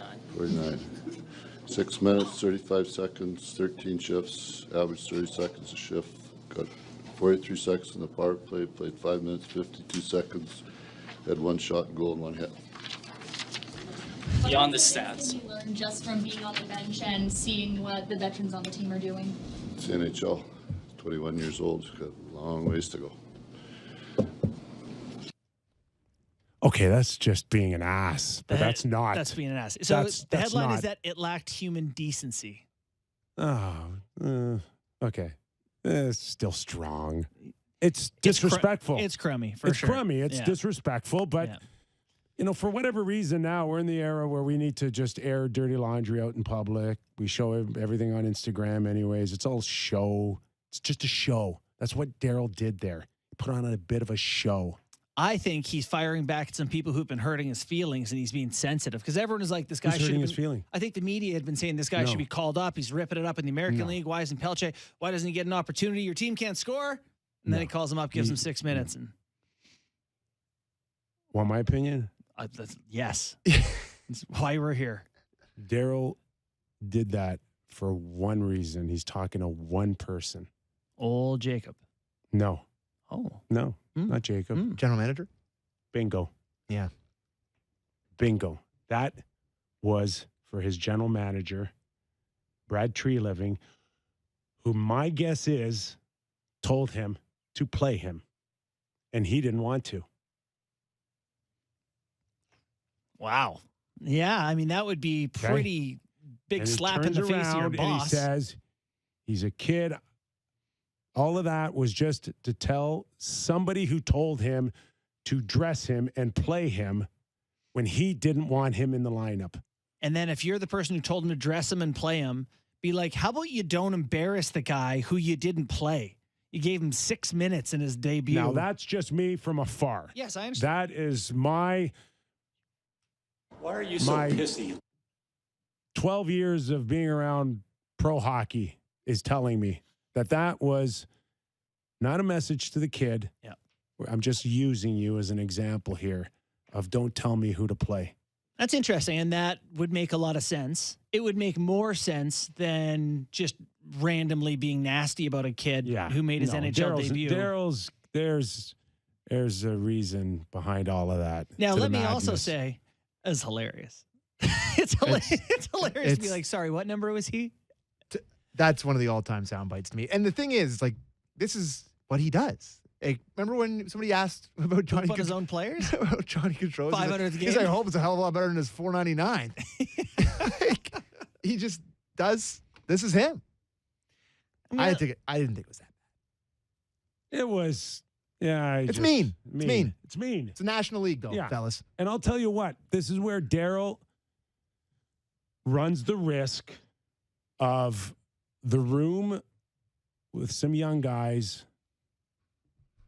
You run the risk of losing them. Yeah. Right? Of being the guy who's they don't like the game it has passed anymore. you by and you don't know how to communicate with younger players and you pissed off all our prospects. Right? And it's just, yeah, they tend to look after each other still. That's never going to leave our game. They kind of watch each other's back. They don't like that, Daryl. They don't like the way you did to the kid. You know what Pelche said about it? He told me I played a good game. That's what he said.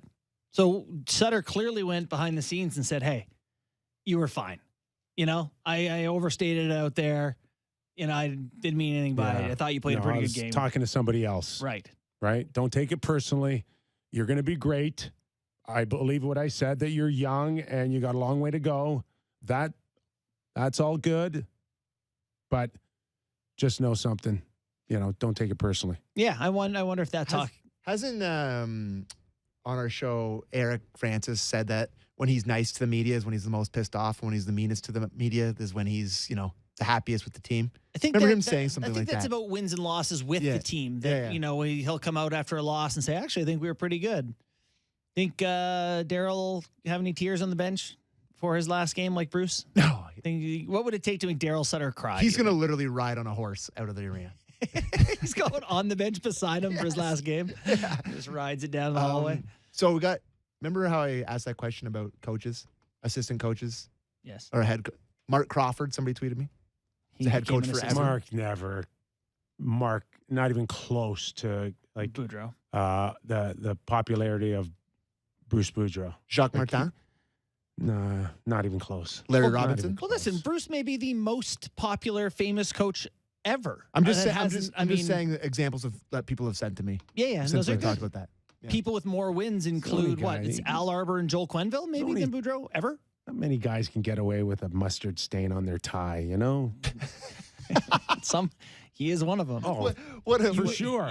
It's just endearing. It's like, it's Bruce. Are we gonna play this funny clip? No, save it at the end. Okay. We'll save it because we got to go back to that one. Okay. Let's go to, speaking of coaches hard on their players, Butch Cassidy in Vegas on Jack Eichel. Let's have a listen.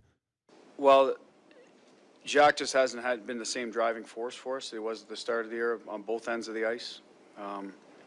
So expectations are not being met from Jack, assessing his play. He needs to be better for us, you know, especially we're down a few guys that create offense for us. So he needs to be one of the drivers. As for defensive turnovers, we just talked about the first goal was a direct result of that. Man, that's right at him, eh? Speaking of things that you could have said in private. You know, the one thing that stands out to me is... Love it, by the way. Keep it up, coaches.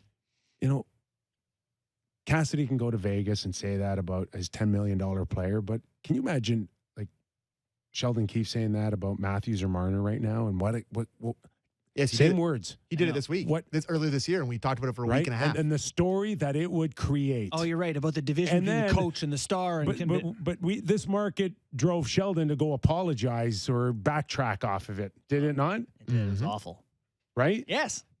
And now, like, it's gone now in Vegas. It's a one-off. We'll say, though, it does confirm some of Buffalo fans' complaints about Eichel. You know, like being overrated? Well, not overrated, but maybe plays when he wants to. A little bit of a prima donna at times. That could lead to overratedness. Okay, yeah. hasn't scored in 5 games for them. 1 point in 5 games. Yeah. You know, that's... My thoughts on Jack Eichel are very well documented. You think he's a baby? Punk. Yeah. I always thought he was a punk. But he's just got a lot of catching up to do. Seems a little immature. Yeah. That's right. But he's also like 28 or something, isn't he? Right? 25 now. I don't know. It held back his growth. Yeah. Just being awesome all the time from youth. I don't know. Sometimes you don't get you don't get a guy calling you out in the media saying you're falling short of expectations. But like Vegas made a all-in bet on Eichel. You know, like Pacioretty out. You know, they cleared the way to make room for this guy's salary and what he's supposed to do. What's he, a point per game or a little better guy? You got to be real good for that money. Well, speaking of out for the year, Pacioretty, Josh Norris came back after 38 games, only to figure out that he needs major surgery, I guess, to fix his shoulder. And now Max Pacioretty ruptures his Achilles tendon just before training camp. Comes back. 3 goals? 3 goals in 5 games? 3 goals in 5 games, and then blows it out again. Oh, man. And just basically handling the puck below the goal line, not taking contact, not in the puck battle. It just... You know where my first thought went on this? Who is the doctor? Who okayed him? Who is the doctor? What did he do that the same thing happens? Yeah. Like that should never happen. Without contact, same injury. You're right. What they do to that sort of stuff for the most part is they use like a synthetic weave to keep the whole thing together, and there's a mesh, and it's supposed to be almost bulletproof. Yeah. Interesting. And it's like he took his newspaper elastic band from that morning and was like, this should hold. I don't know who the doctor was, but like that's awful, man. I feel I don't know. Would you go to that doctor? No, I mean, so I tore my MCL training camp in the American League, went down and played, rehabbed for a month and a half, got it ready, and tore my MCL a week later type of thing, thinking that it was good to go. I really sympathize with these guys who put all their belief and trust in the doctor and say, you tell me when I'm ready. Like, I don't know. You tell me when I'm good to go. And he got the green light. Yeah. Now, did he need more time for it to continue to get stronger? Was it as strong as it ever should be? Or did they miss out another few weeks or a month?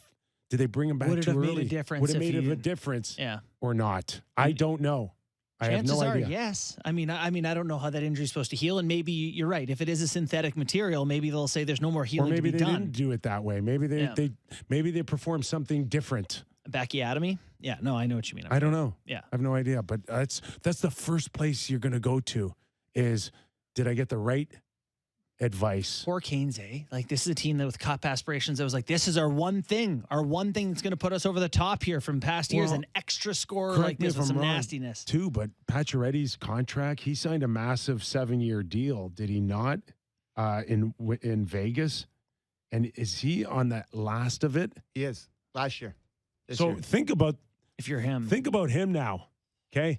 If he comes back successfully and scores like he started to, he might be looking another at $7 million guy. He might be another $6 or $7 million.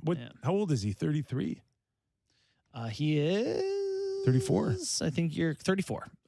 Okay, he probably has 3 years at another 5 for sure. Yeah. If he could come back and score fairly 3 years, regularly, you'd give him 5.5 per. Okay. Yeah. Now 6 per. Coming off 2 injuries to the same Achilles tendon. What's he going to sign? I don't know. Not messing up my cap. He can go play for someone else. You know what I mean? Like, and I'm not trying to be a hard ass. Like, just my own opinion. Where I the GM, I'm just not rolling the dice on a 34-year-old whose Achilles is snapped twice. Like, it's not where my risk is going. Yeah. So I see your point about the difficulties. Let's make sure we get this clip in here. Okay, we got to roll it back to the Bruce Boudreau, Rick Tocchet, Jimmy Rutherford fiasco. Sammy found this. I have no idea where he found it. I will give a shout out to my good friend Vic Pilati. This really shows the growth of hockey south of the border. Yeah. Let's have a listen. Former Washington Capitals coach Bruce Boudreau has been fired by the Vancouver Canucks. The team announced the change Sunday, less than a week after President of Hockey Operations Jim Rutherford said major surgery was needed to fix the Canucks. Rick Tocchet was hired as Boudreau's replacement. Well, she got Rutherford right. You know what's funny is like how much time we sit in here before we have to say a name. How many times did we confirm that it was Bruff and not Bro today? I don't. I'm the worst. But the point is you get it right before you go on air. You always do. With I do. With Max Lapierre last week, you literally asked me 40 times. You're like, Le Ponche Bleu? Le Ponche Bleu. Le Ponche Bleu. Like, we're getting you work on it. I get it. You don't go out there and just guess all these names. Sometimes we get it wrong. But if your not 8 audience times doesn't in one know, clip. if your audience doesn't know either, Good point. what does she care? She could have said different names entirely. I do have her later on in the hour doing another broadcast with the Boudreau and stuff. If you'd like to hear There's more. Yes, of course. We do not. Okay. No, we do not. We've had enough of the poor lady. No, yeah, leave her alone. She does improve the Boudreau pronunciation. No, we're good, I guess. The idea that you can get 4 names wrong in a 30-second clip, that's tough. Tukit. On the Canucks. The Canucks kill me because you don't have to be a hockey fan to know that a Canadian is colloquially called a Canuck. Canuck. Colloquially. Canuck. Damn it. Where would she pick that up if you even look at the spelling of it? Right. There's no E on the end. There's no double O. Okay, stop picking on her. Hey, colloquially? There it is. Oh, man. You mispronounced something while you were making fun of her. Rick Excited Tukit. about the big game tonight. I'm very excited about the game tonight. Yes, not less so about the game and more so about the experience. With Do you your remember your son. first NHL games? I do. I wrote about it in my book, Undrafted, Very cool. which is still available. Yes, go get Undrafted. It's great. I really enjoyed Gotta reading read that. Simon genuinely. Schuster. And yours is coming out when? February 14th, available for pre-sale now. Penguin Publishing. First game ever saw, Maple Leaf Gardens, Paul Kariya. I swore the rest of my life that he had a hat trick in that game. Went back and looked at it last year. Zeros across the board. No way. Yeah. See, I swore Luke Robitaille scored a hat trick at a game I went to, one of my first. Yeah, he had like 1 and 2 or something. Yeah. Anyway. I don't know. You just as a kid, you like that player did everything. Guys, remember all that. I remember Paul Kariya. That was right Part about of my that. book is that I'm also a drunk, so I don't remember everything. All right, our thanks to Craig Simpson. Our thanks to Jason Bruff, who gave us all we needed to know about Vancouver. And then our thanks to, what's her name? Sammy's won't even tell me her name. Depends who we're talking about. What? The woman who said Canucks. Oh, I'd like we to don't know. thank her, too. Let's not embarrass her. And thanks all of you for watching, listening. Give us a rating and review. We'd love to hear from you. Thumbs up on YouTube channel. We're back tomorrow. We'll give you everything you need to know about the Islanders and the Leafs. Have a great night, everybody.